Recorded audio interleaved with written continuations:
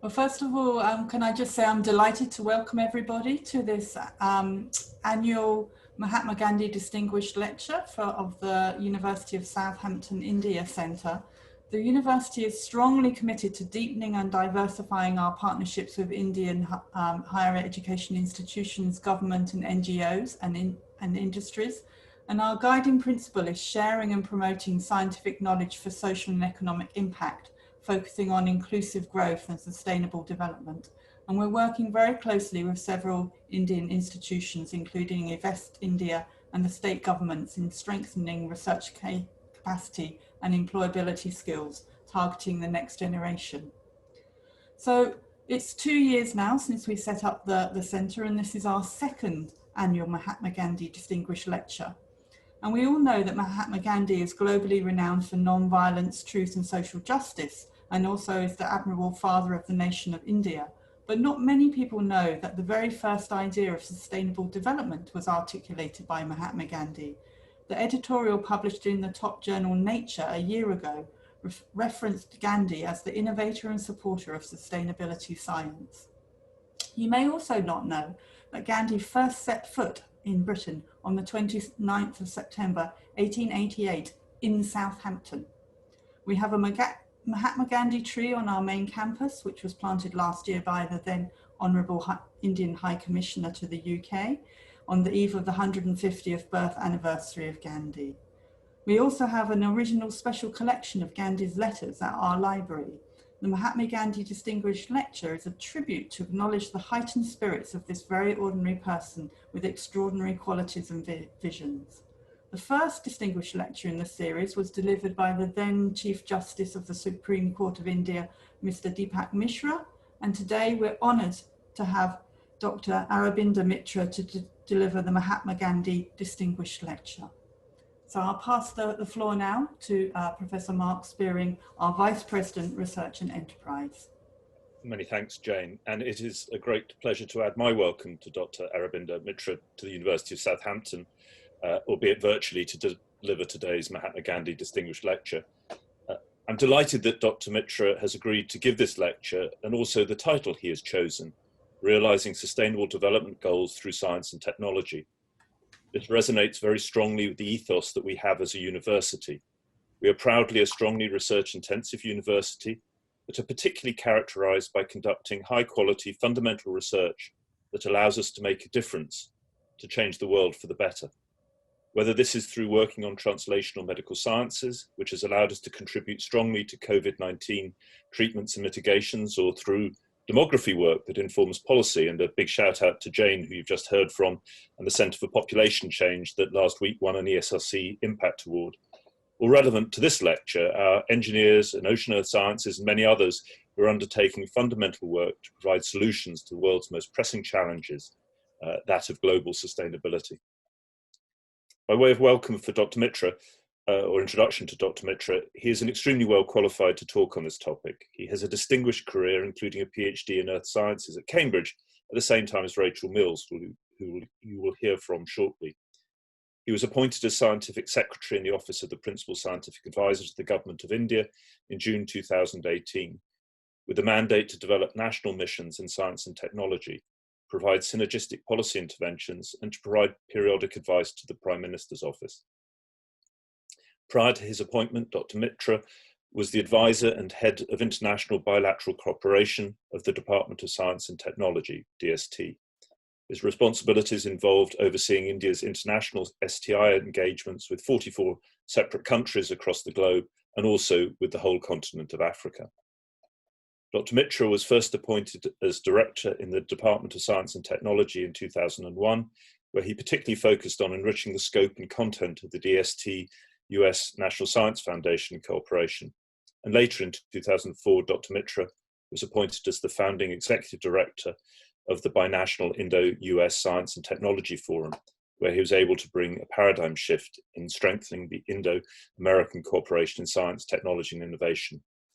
We are very grateful to Dr. Mitra for accepting our invitation to deliver the Mahatma Gandhi Distinguished Lecture, and I extend my warm welcome to you on behalf of the university. I'm now going to hand over to Rachel Mills, who will chair the lecture. Rachel. Thank you, Mark. And it's a real delight to have you here, Dr. Mitra. So as Mark said, first of all, I'll introduce myself. So my name is Rachel Mills. I'm the Sustainability Champion for the university, and I'm the Dean of one of the 5 faculties, Environmental and Life Sciences. But myself and Arabinda Mitra met first in the late 80s, let's call it the late 80s, in Cambridge, where we both studied with a fabulous supervisor, Professor Harry Elderfield, who's no longer with us. And Arabinda, there are 3 of our colleagues from that time here on this call. I can see Paul Wilson, I can see Damon Teagle, and I can see Matthew Cooper, and I'm sure they'll be asking you questions later on. Wonderful. But first of all, I just wanted to say something about why this is very timely. So we've just launched our sustainability strategy here at the University of Southampton.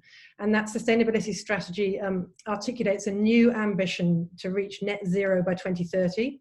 And that's working in partnership with the city here in Southampton, within which we live. And that ambition is going to need some clever thinking, some technological solutions, some clever science, and also cooperation with our colleagues across the region and internationally. And we're going to need to work together to achieve this. And so I thought it was very timely to have you come and give this prestigious, distinguished lecture today, and to build and forge those links between Southampton and India. So let me just say a quick thing about our new strategy. That we have 6 goals that are based on the Sustainable Development Goals, and they're around reaching net zero. They're around quantifying our Scope 3 emissions and reducing them. They're around education. They're around research and enterprise. They're around our investment policy. And we're going to really shift our behaviour in each of these domains. And I'd love to share that strategy with you, and I'll email that to you after this lecture.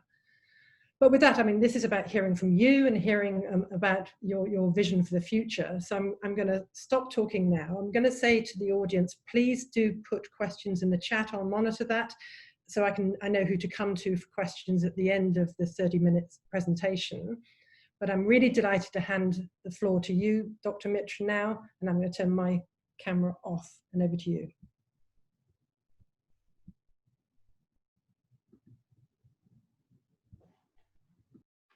Thank you very much, Rachel. And let me first begin by saying how much honored and privileged I find myself to having been invited to deliver the Mahatma Gandhi Distinguished Lecture at Southampton.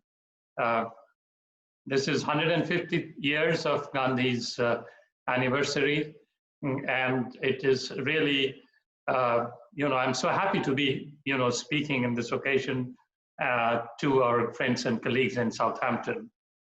Well, as Rachel alluded to, I came to your country in my formative stages of my career, and it's so important and crucial that, for young people to be exchanged with each other's countries so that, they carry on this legacy of cooperation and togetherness, and your mind and heart always remains connected to UK, even as a professional when you work in a diverse setup.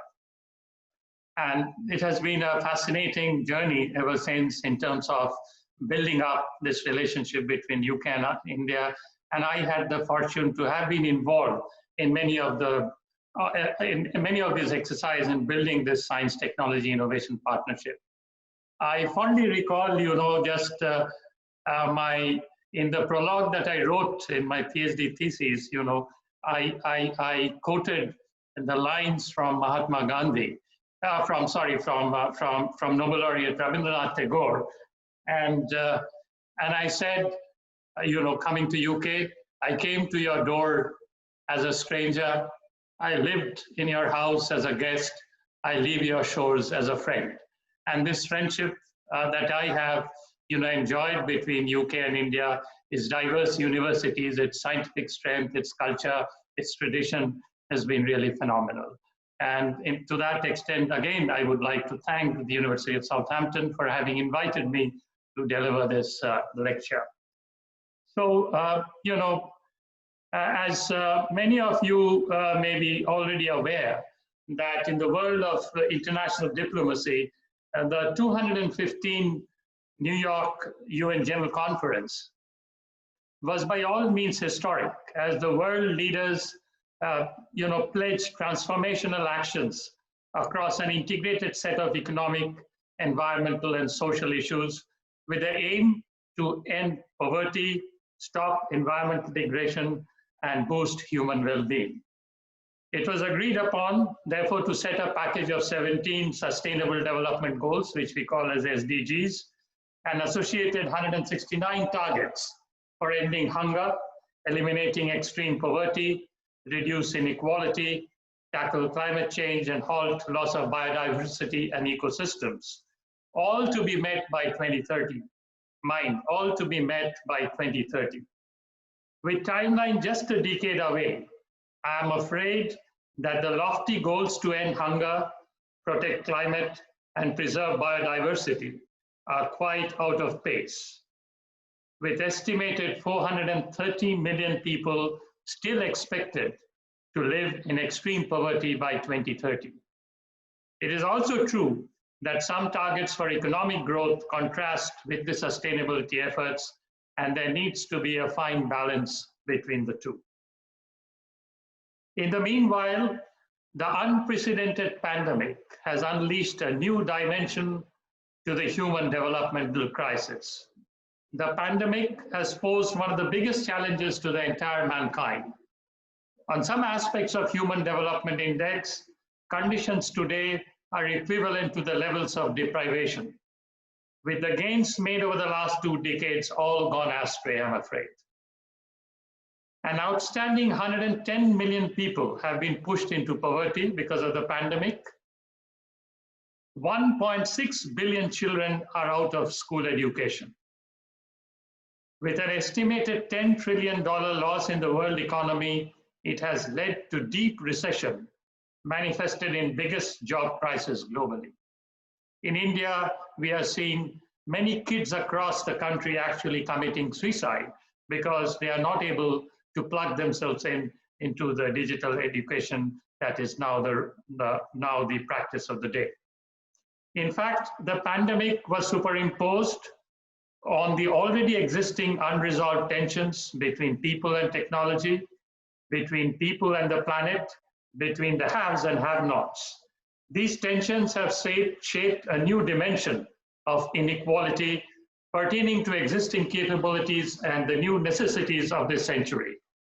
At the same time, the response to the crisis also carries the potential to shape new strategies on how these tensions can be addressed and how inequalities in human development can be reduced. Particularly, I believe, by deploying the soft prowess of science, technology, and innovation, we can usher global good in meeting the basic needs of the society and the citizenry. Today's most pressing issues and developmental challenges which nations face in one way or the other have a scientific and technological dimension. Science and technology-led innovation offers greater opportunity to address these multifaceted challenges which are now truly cross-border in nature. S&T is increasingly recognized as the driver and pillar of growth across diverse sectors covering agriculture, nutrition, communication, education, energy, health, water, transport, manufacturing, climate change, disaster management, you name it. And particularly for a diverse country like India, science and technology is expected to touch the lives of people and seen to be a tool that enables the ease of living for the common citizen. Evidently, therefore, the span of science and technology policy interventions, both in its breadth and depth, has become increasingly complex to be able to address the respective national needs and aspirations by being inclusive in the national context, and at the same time, also to meet the international obligations as a responsible state actor.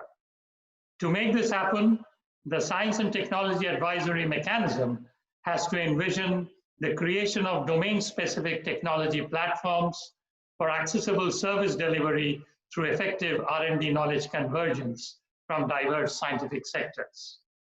This, of course, requires an end-to-end science and technology and embedded strategy across various arms of the government including social, economic, and infrastructure sectors. The polity today expects the adoption of science and technology paradigm across the value chain by involving the ecosystem players, including, most importantly, the academia, the R&D laboratories, the private sector enterprises, the startups, and most importantly, the society, in order to unlock the potential by creating a virtuous cycle of supply and demand to feed the economy and create new jobs. Therefore, the aspirations and expectations from the scientific and technological community are now even more demanding and challenging. As the 21st century witnesses a new era characterized by the rapid development of emerging technologies in the physical, digital, and biological spheres that will transform human life profoundly, consistent efforts are necessary to utilize the best potential of such technologies in order to address and mitigate humanitarian challenges that mankind faces today. In this context, the importance of science, technology, and innovation, STI, in achieving the 2030 Agenda for UN Sustainable Development Goal, to which most nations, including India, are committed, throws open a new window of opportunities, I must say, for cross-border collaborations in science, research, and development. Notably, the 2017 UN Forum on STI, for the first time ever, underlined that science, technology, innovation roadmaps and action plans are needed at the subnational, national, and international levels, and should also include measures for tracking progress. The 2018 forum further emphasized that countries should develop STI for SDG roadmaps, which would serve as a tool for various stakeholders in integrating science, technology, and innovation into the national development plans and strategies. These discussions have shown that science, technology, and innovation can potentially contribute in achieving virtually every single goal and target, either directly or indirectly. Last year, the UN Global Sustainable Development Report, GSDR, has come up with innovative strategy for employing STI to attain the goals. A focus on smaller and more integrated targets, nearly about 26 out of the 169, has been identified for scientific and technological interventions, particularly cross-cutting goals in the emerging nexus of food, water, energy, health, along with education, and in addressing the global commons like biodiversity conservation and climate change, can be fast-tracked through targeted scientific and technological research. GSDR recommendations evidently can be best implemented if the R&D strategy and the national economic policy interfaces are carefully aligned. To take this forward, the UN Interagency Task Team has recently established a global pilot program on STI for developing the SDG roadmaps. And this effort is actually steered by Japan, the European Union, and the World Bank, along with the UN Department of Economic and Social Affairs, the UNDESA. I'm very happy to say that India has been inducted as a pilot country, along with Indonesia, Ethiopia, Ghana, Kenya, and Serbia, to prepare a national roadmap template on STI for SDGs. And my office has been very closely involved in making this happen.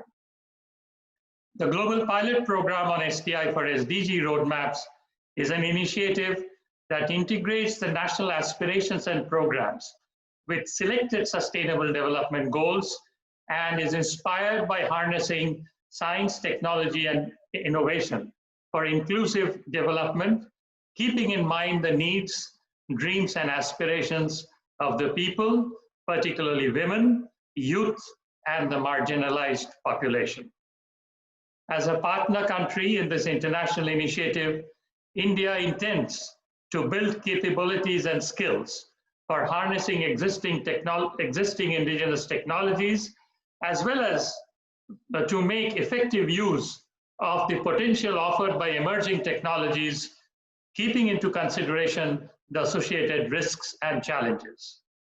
In recent years, India has played a very crucial role at the negotiations for establishment of the Technology Facilitation Mechanism, TFM, along with some like-minded countries, raising the need for adequate and equitable resource mobilization for technology development and deployment across borders. The international engagement strategies could be imbibed as a viable mechanism to achieve co-development of technology, joint research initiatives in frontier domains, supported by cross-border open innovation. Effective use of technology facilitation mechanism in high opportunity and high priority areas to achieve the SDGs will be transformative and will empower many deserving and desiring developing countries. This provides India a very unique opportunity to build indigenous capabilities and skills for harnessing what I call affordable, accessible, and available technologies, the 3 ACEs, for achieving the Sustainable Development Goals. It calls upon countries now, therefore, to develop pathways for integrating STI interventions to strengthen their efforts towards economic and social development, as well as for achieving SDGs, and build a synergy between the two. Identifying, prioritizing, and employing scientific research and technology-led innovation will be an inevitable tool, not only to achieve the goals with timeliness, but also in measuring the sustainability matrices quantitatively and in a very scientific manner. Developing STI strategies for SDG roadmap is therefore a critical exercise that requires commitment from governments and all stakeholders, including the proactive participation of the scientific and academic community, both from the developed and the developing countries. In the current health crisis, we see that governments around the world is increasingly relying on science, technology, and innovation as the fulcrum for the levers to effect social and economic change. For this to happen, I believe that scientists and society must connect closely and build stronger foundational relationship. The triad of education, which is knowledge dissemination, research, which is knowledge creation, and innovation, which is knowledge application, needs to be seamlessly connected and democratized ever than before. The research outcome and new knowledge generated from our laboratories and academic institutions is expected to provide both the know-how and show-how in securing food and nutrition, healthcare, education, clean environment, green energy, and water security, underlined by the driving principles of equity, inclusiveness, and affordability. It is evident that attainment of SDGs cannot be met by launching disparate schemes. It requires multi-pronged strategy and convergent set of interventions at different levels of government and the private sector on a sustained and scientific basis. Institutions globally are looking to support and work collaboratively towards some aspirational goals like eliminating single-use plastics, switching to renewables, and ushering digital empowerment, etc. To achieve this, the premier educational and technical institutions have to reorient their research ecosystems towards developing real-world solutions for the myriad issues that are looming large. This Herculean effort that lacks a parallel in modern history demands not only a significant commitment in terms of manpower and infrastructure, but also diligent mechanisms for leveraging international cooperation based on mutual trust and goodwill that fosters partnership on a win-win model. I dare to say that no nation alone has the capacity, infrastructure, and human resources to address the humongous challenges that the Earth as a planet and the mankind as a progenitor faces for its existence today. It is inevitable, therefore, that science, technology, and innovation have to increasingly become an intrinsic instrument both in the domestic and foreign policy enunciations of countries around the globe. This obviously would require proactive and dynamic engagement of the scientific and technological community, who will have to ultimately shape the contour. Engaging in international partnerships that leverages complementary strengths and, importantly, diverse perspective seems to have great potential and will be an inevitable tool for rapidly providing implementable solutions for societal problems, including those posed by COVID. Here, universities like yours can certainly and will have to play a very cardinal role. And I'm so happy to see that you have already embarked upon with a very strong commitment to work on the Sustainable Development Goals. I would like to add that in order to be globally competitive and relevant, India has been proactively engaged in value-based international partnerships and collaborations. This has helped Indian research at both bilateral and multilateral levels to be connected across. Today, we share a strong partnership with UK to address contemporary challenges and at the same time also advancing the frontiers of scientific knowledge. Our joint efforts indeed cover pertinent areas such as clean energy, food and sustainable agriculture practices, water quality and reuse, climate change and environmental responses, public health and well-being, all in the context of social and cultural changes that are taking place in our two countries.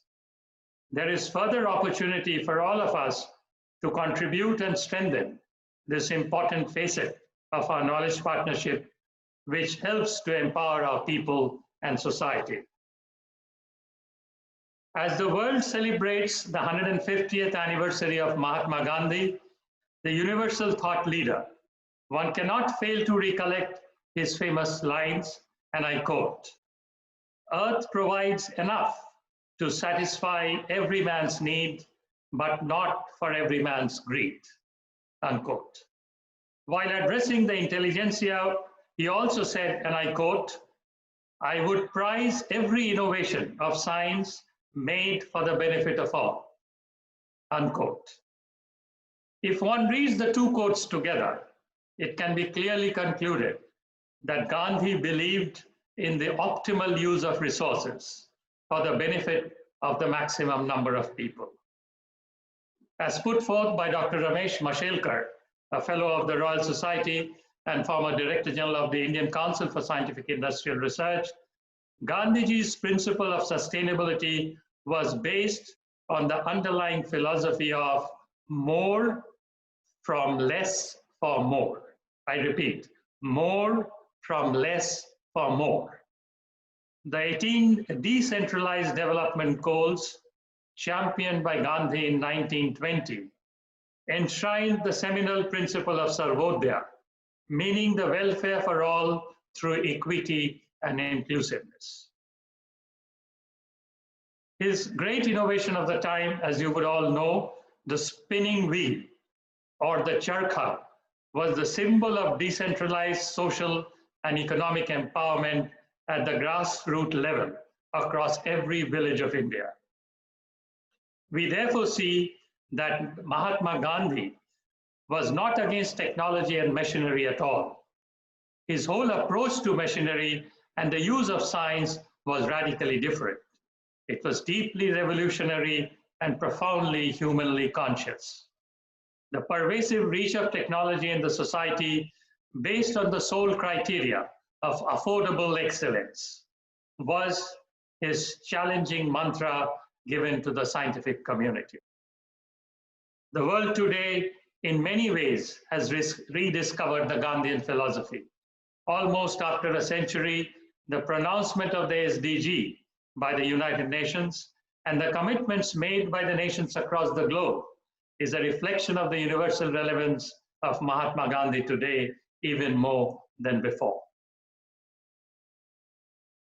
While India is committed to achieve these goals, the 2019 SDG India Index, released by the Niti Aayog, which is the policy framing body of the government, clearly reveals subnational disparities. Based on the SDG National Indicator Framework developed by Niti, no province or state is 100% on all 17 goals, and about 28% states are in the plus 65 bracket, and 71% are in the above 50 bracket. States that have yet to achieve even 50% of the target are classified as aspirants. India's endeavor for accomplishing the SDGs are guided by what Prime Minister Narendra Modi said in 2017, and I quote, "These goals reflect our evolving understanding of the social, economic, and environmental linkages that define our lives." The developmental mantra of the ruling dispensation today is Sabka Saath, Sabka Vikas, which translates into collective effort for inclusive development of all.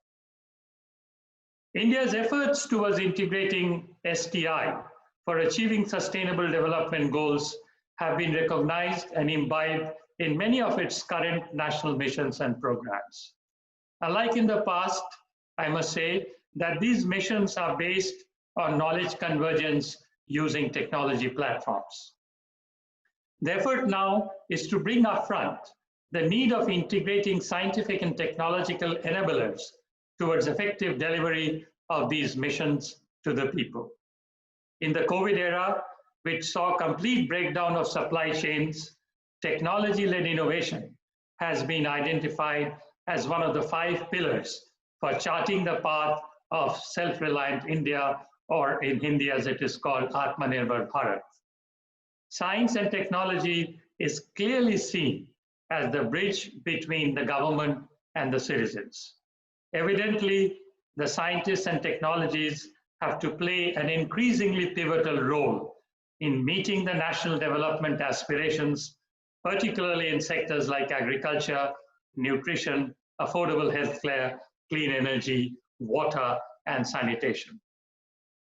Significantly, the technological tools under the Digital India mission has empowered financial inclusion like direct benefit transfers covering 357 marginalized people, including farmers. The linking of individual bank accounts under Jan Dhan Yojana with the unique biometric identification number of each citizen called Aadhaar, along with the mobile phones, popularly referred to as the JAM Triad, has been established as powerful technological innovation that has rapidly scaled up digital payments and other banking services in the country. As I said, new 357 million people, of the country have become a part of this mission. This has been a very powerful enabler and game changer for securing social security to the most needy and deprived. Under the Digital India mission, 350,000 common service centers, CSCs, have been established, which is a network of digital kiosks providing digital services to citizens at affordable prices. The network today offers a robust rural access and delivery channel for technologies targeting agriculture, health, education, water, rural livelihoods, and other digital services at scale to reach a demography which is vital to ensure inclusive, sustainable development. Over 14 million farmers are today linked through the CSC to the Electronic National Agriculture Marketing, ENAM platform, giving them best returns of their farm produce through unrestricted access to both national and international markets. The ongoing effort is to develop an agri data stack platform to meet the farmer-centric needs in rural and peri-urban areas. The ethos behind this initiative is to focus on developing a robust platform as a centralized single point for a national repository of agriculture technologies, both farm and non-farm, including animal husbandry, nutrition, and regenerative farming products. The key objective is to provide real-time information that will empower and enable the farmers to adopt a sustainable farm practice that can help towards enhanced produce and increase their income. The available scientific knowledge base in diverse set of databases, mobile app-based efficient field data collection system, space-based technologies, including advanced techniques for data analysis, enables highly favorable environment for bringing digital tech innovations required for sustainable agricultural practices in the remotest corners of the country. You would recall that 2 ambitious water missions, including the Jal Shakti Abhiyan, aim to promote conservation of water, and Jal Jeevan mission, aim to provide clean tap water to all rural households of the country. Importantly, both these missions focus on the deployment of latest advances in technology and providing innovative scientific solutions required to identify and meet specific water challenges in different geographic locations, both in terms of water quality and water quantity.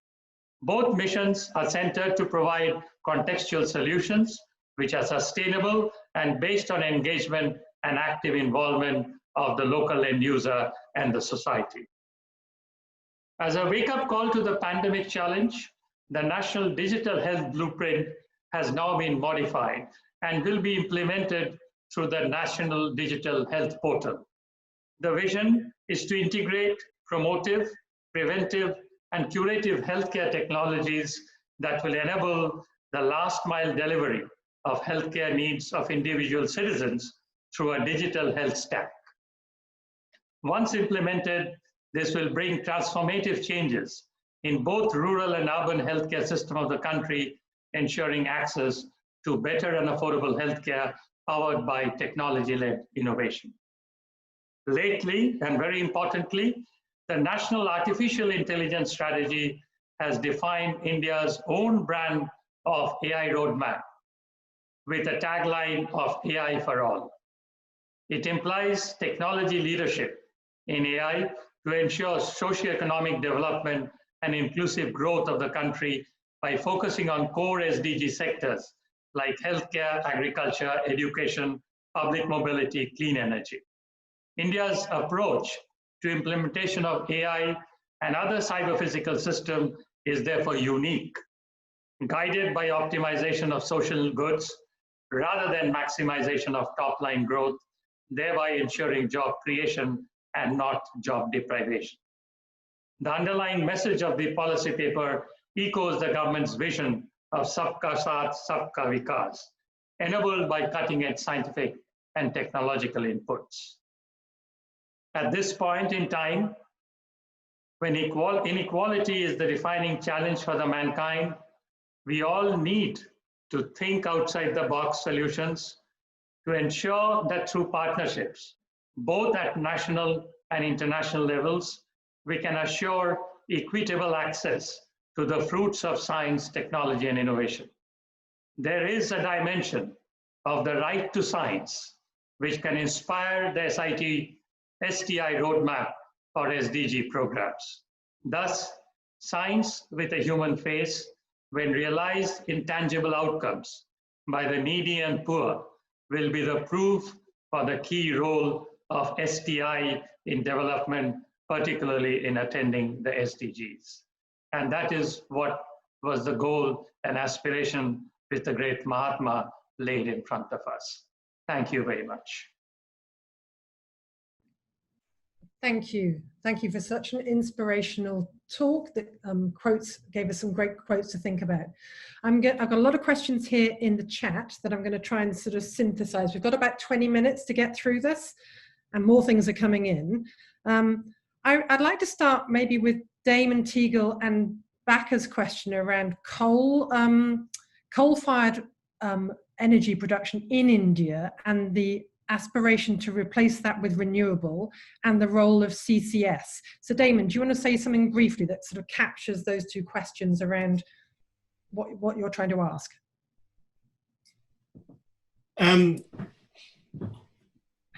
There's quite a lot of talk in the UK government about direct air capture. But of course it's insane to take CO2 out of the atmosphere while we're still putting it into the atmosphere. India has an impressive development of renewables, but still the basis of its energy structure is from burning coal, and there's been huge growth in coal. But most of this, possibly all of this, is without carbon capture and storage. It just seems to me this is a, you know, most of this generation capacity is young and could run for many, many decades. The UK has the same problem about not embracing carbon capture and storage. We understand that coal provides India with energy security, which of course as do renewables. But if this, you know, if there's going to be a real difference in CO2 outputs, you know, carbon capture and storage and or utilization really needs to be embraced by both the UK and India. Yeah, you're very true. You know, coal would remain as an important element in our overall energy basket for some more years to come. But there is a very ambitious, as you rightly alluded to, clean energy technology absorption in the system to slowly replace coal. But what we are looking at the coal is now really focusing on what we call the clean coal technologies, where the carbon emission itself would be much reduced through a major mission called the ultra supercritical thermal power generation. You know, this is a new technology that we are currently working, and in fact, my office is actually coordinating that effort that would really reduce in, you know, the less release of carbon dioxide to the atmosphere. But at the same time, strategies to capture carbon is also important, for which carbon sequestration is the only alternative. And luckily, India does have a huge geological, you know, sort of a setup that can really help in carbon sequestration. At the same time, also, we are in a way moving in some direction into starting a new hydrogen economy-based infrastructure, where we are looking at generating green hydrogen. We are not looking into the brown hydrogen, so to speak, where coal would be used to generate hydrogen. So yes, it is true that you know, coal would continue to remain in the energy basket of India for some time, but at this point of time, there is a great focus to look at the various clean coal technologies to avoid as much as you know, carbon generation, and at the same time looking at technologies to capture carbon. So this is an important area where I think UK and India have also a lot in common to share and work together. Yeah, and maybe we move to Baka Bahaj, who maybe Baka, you could come in with your second question, which is around the role of central government versus local government in India. And over to you, Baka. Yeah. Okay, so my interest is around policy. How is policy affected by science and engineering evidence? And it is really quite interesting to see how that impacts the evidence around cities and the energy consumption in cities. You highlighted quite a lot of roadmap and aspirations around SDGs, and quite a lot of that will be implemented, especially around digital in cities. Cities also need to be looking at the energy footprint, carbon footprint in a way that's more important than anywhere else, because 75% of the energy consumption happens in cities. So what is the policy guidance that you give to the central government, and how is that filtered down to the local government to allow implementation of your 2030 policy? A very good question. In fact, you know, as I speak, India is currently formulating its new science, technology, innovation policy. And for the first time ever, the consultation process that has been embarked upon has been most extensive in establishing this policy, where we have involved in this process stakeholders right across from states to industries to society at large in order to frame these policies. What is very interesting today is the involvement of the states, where they are themselves coming out with their own policies that attribute and address some of these challenges, be it in agriculture, be it in water, be it in education, and so many other aspects, including the Smart Cities program that is getting implemented all across the country. So what's very, very critical and important, we do realize that in a federal system like India, things need to be more bottom-up than in top-down. So we are in a constant process, and the Office of the Principal Scientific Advisor has a very important role, therefore, to connect with the states in formulating these policies and strategies, so that at the end, it is the states who implement, it is not the center. The center gives an overall guideline and a broad roadmap, but the enabling policies and the infrastructure down the road is provided by the states. But the very positive thing that has happened, as I said, is a very proactive response of the states, which was not there in the past when we did the last 2013 Science, Technology, Innovation Policy. And the fact that the states are now joining hands with center, we are very optimistic that many of these policy frameworks that we define would be ultimately implemented by the states in a more cohesive manner. One very interesting thing that has taken place, just if I recollect, you said, how do we connect the science policy with the state and people and society at large? In the 2013 science policy, we first time actually alluded to the word innovation and entrepreneurship. And look today where India stands in terms of the new startups, all the technology-based startups that have sprung up in the country, and all supported by the states across, And these startups have provided phenomenal solutions to the COVID challenges, which we saw over the last 8 months. Mm-hmm. The entire mobilization of the infrastructure in terms of manufacturing, in terms of new technologies, in terms of deploying them, in terms of affordability, has actually come from many of these startups, which have in a very big way been supported by the states. So all the states have now a startup policy that is pretty much aligned in supporting science, technology, and innovation to achieve, what I said, affordable, accessible innovation, which is very, very critical for India. Over. So is the government listening? Sorry? Is the government listening?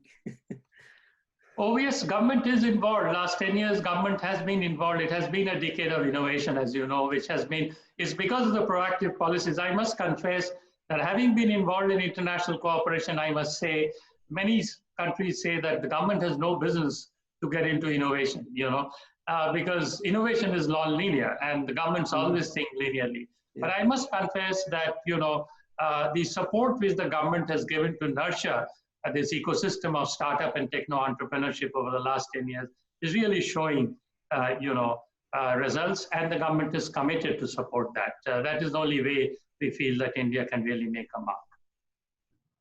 So since you've made the link between the pandemic and the Sustainable Development Goals, let's go to the first question on the chat, which is from Shri.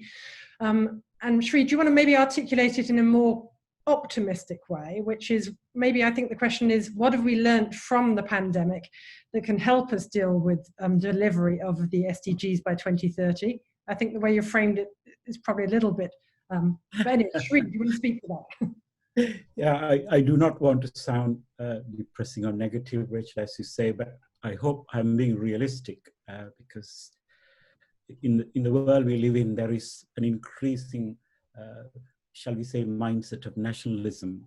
And of course, as Professor said, it's about working together, so United Nations. And there we are when WHO tried its best from the very start of the pandemic.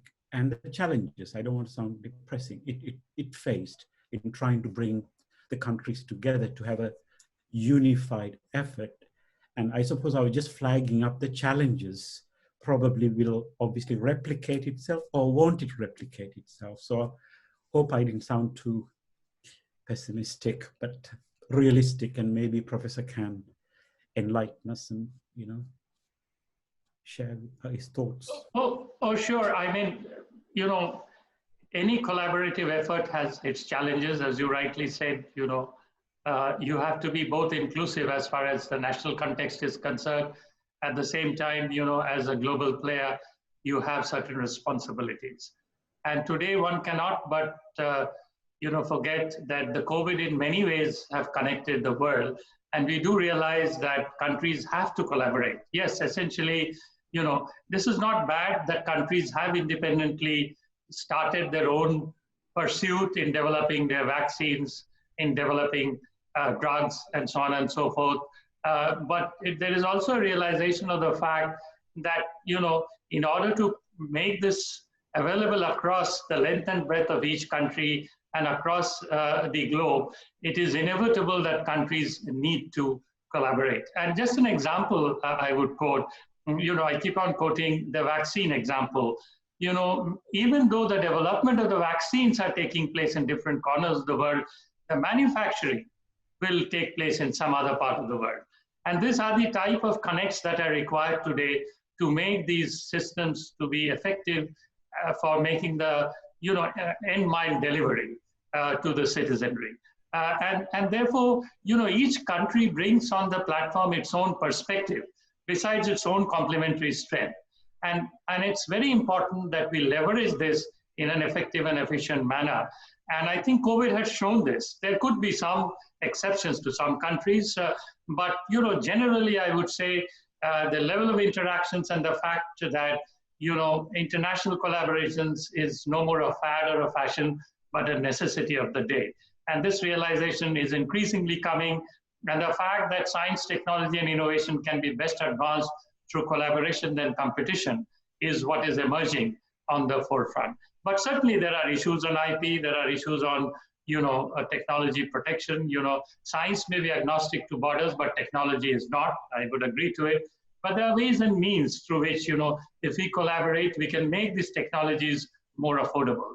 And what India brings to the table, as I always say, is its own brand of innovation, which is marked by its accessibility and affordability.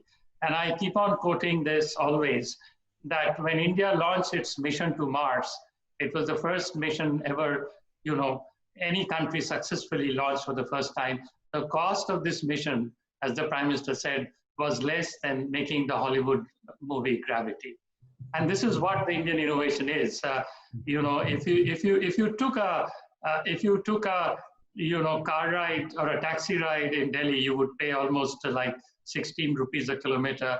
A three-wheeler, you know, might cost you around 5 or 7 rupees a kilometer. And if you took a ride on that rocket to Mars, it would have costed you 3 rupees a kilometer.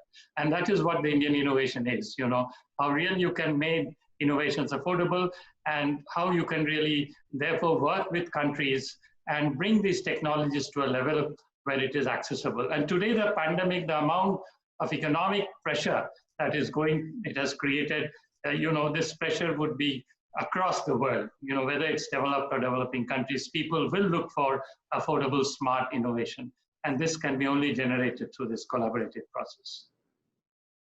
So I think we've got time for maybe one more question, Sabu, is that right? I'm going to go to Paul Wilson's question because that's dealing with something else that's on our minds very much in the UK. So Paul has a question about post-Brexit future for the UK. Paul, do you want to say something? Yeah, can you hear me? Yeah, I was just wondering, we hear a lot about this kind of concept of global Britain from the current government. And I wondered whether, you know, does that signal anything concrete to you in terms of the prospect for a stronger bilateral cooperation on science and technology towards working on these strategic development goals? Well, certainly I would say, you know, more than historically that we have been connected, I think today the contemporary challenges which the both nation faces, you know, politically, socially, culturally, I think it is inevitable that UK and India would be more closely linked in terms of collaboration on all facets, including science, technology, and innovation. And it has been evident even in pre-COVID, I would say, even pre-Brexit. But, post-Brexit, I think two nations definitely stand to, gain in a big way. It's a win-win, as I see in Britain and India working together. And the reason I say so is because, economically today we are so connected. We can see so many of our knowledge-based companies that are present in each other's country, which actually drive the economy in a big way. So the opportunities are galore. The challenges that we are facing, for example, antimicrobial resistance, and now the viral resistance, challenges that we are facing with clean energy and stuff like that, agriculture, food, nutrition will provide ample opportunity for us to further strengthen. And also in some of the frontier areas of science, which is the emerging areas that in the digital space, for example, artificial intelligence, quantum frontiers, in the cyber-physical system, in big data analytics. There is a huge scope and there's a huge opportunity for us to, work and create a win-win situation. So I think both countries have realized this, and I'm quite confident myself. In fact, as I perhaps alluded to, is tomorrow itself I have a dialogue with your chief scientific advisor to see how we can actually move some of our relationships to the next level. So I am quite optimistic about it, that this is going to be the way ahead between our two countries.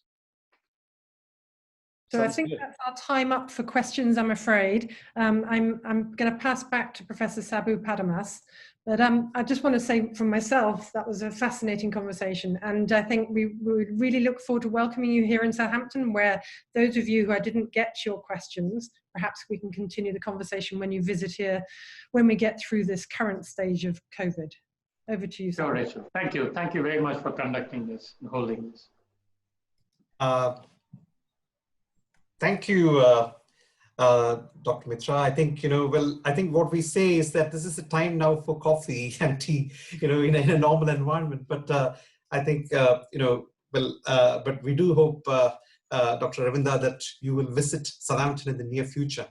And we are incredibly grateful and thank you for that remarkably inspiring and intellectually stimulating lecture. And we are extremely grateful to you for taking time from your busy schedules and responsibilities. We know that how busy you are at the office, but your lecture highlighted today several critically important points and areas, and the inevitable efforts needed to really accelerate science and technology for inclusive growth and sustainable development, particularly the need for engaging youth and women in the development goals. I think which is something really, the sustainable development goals is something very, very important. Your lecture also highlighted the AI for all as a concept. I think I've never heard that one, but as a slogan for maximizing the the kind of benefits for mankind and addressing the challenges of social, economic, and health inequalities. But as you've correctly alluded to, that India's potential for harnessing affordable, accessible, and green technology is critical for sustainable and social and economic growth. But also India's leadership joining global community, including the UK, in this effort is reassuring and admirable. You've also made a crucial point that global level collaboration and cooperation, not competition, is the need of the hour. And alongside, I believe that sensible anthropogenic consumer behaviors and management of our natural environment is crucial. And I think it was also very timely, given the relevance of this important lecture, when you referred to Mahatma Gandhi in his quote that Earth provides enough to satisfy every man's needs, but not everyone's greed. I think that was really timely and a great reminder to all of us. But on behalf of the university, our faculties, especially Professor Rachel Mills, who is the who's known to you for a long time, and also the India Center for Inclusive Growth and Sustainable Development, we extend our sincere appreciation and heartfelt gratitude to you.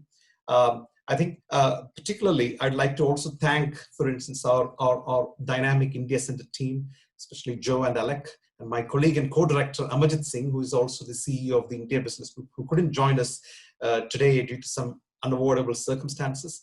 But also let me take this opportunity to thank everyone who have joined today, and especially Rebecca. I don't know whether she could manage to really get this, because there were some issues with the Zoom link.